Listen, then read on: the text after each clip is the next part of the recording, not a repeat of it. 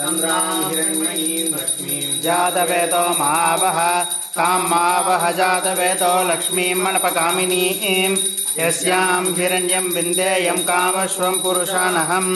अश्वपूर्वाम् व्रतमद्याम् हस्तिनाद प्रबोधिनीम् श्रियम् देवीमुपक्वये श्रीर्मा देवी जुषदाम् कांसोऽस्मि स्मिताम् हिरण्यप्राकाराम् माद्राम् ज्वलन्ताम् तृप्ताम् तर्पयन्तीम् भस्मे स्थिताम् पद्मवर्णाम् तामिहो भक्वये श्रियम्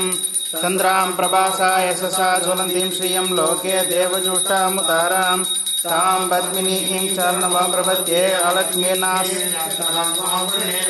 आदित्यवर्णे तपसोऽधि जातो वनस्पतिस्तु वृक्षोद बिल्वः तस्य फलानि तपसानुदन्तु मायान्तर्याश्च बाह्य अलक्ष्मीः उपैतुमाम् देवस कीर्तिश्च मणिना सह प्रादुर्भूतो अस्मिन् राष्ट्रे अस्मिन् कीर्तिम् वृद्धिम् ददातु मे क्षुत्पिपासाम् मलाम् ज्येष्ठाम् अलक्ष्मीम् नास्यमाम्यहम्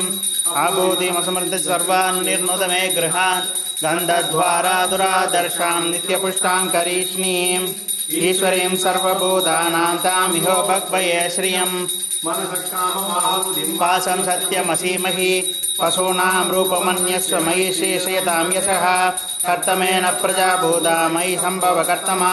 श्रियम् वासय मे कुले मातराम् पद्ममालिनीम् आपसृजन्तु स्निग्धानि सिक्लितवसमे गृहे निशदेवी मातरम् श्रियम् वासय मे कुले आत्राम् पुष्करिणीम् पुष्टिम् सुवर्णाम् हेममालिनीम् सूर्याम् हिरण्मयीम् लक्ष्मीम् जातवेदो मावह यष्टिम् पिङ्गलाम् पद्ममालिनीम् चन्द्राम् हिरण्मयीम् लक्ष्मीम् जातवेदो मावह ताम् मावह जातवेदो लक्ष्मीम् मणपगामिनीम् यस्याम् हिरण्यम् प्रभूतम् तावो दास्योऽस्वान् विन्देयम् पुरुषानहम् सरसिजनिलये सरोजगस्ते धवलधराम् सुगन्धमन्दमाल्यशोभे भगवति हरिवल्लभे मनो यज्ञत्रिभुवनभूतिकरी प्रसीद मह्यम् विष्णुपत्नीम् क्षमाम् देवीम् माधवीम् माधवप्रियाम् लक्ष्मीम् प्रियम् सखीम् देवीम् नमाम्यश्च्युतवल्लभाम्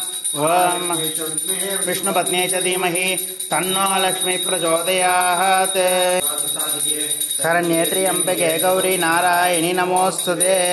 ओम या देवी सर्वभूतेषु मातृरूपेण संस्थिता नमस्तस्यै नमस्तस्यै नमस्तस्यै नमो नमः। ओम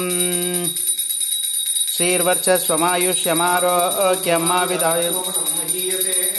धान्यं धनं बहुपुत्रलाभं तदसंवत्सरं दीर्घमायुः।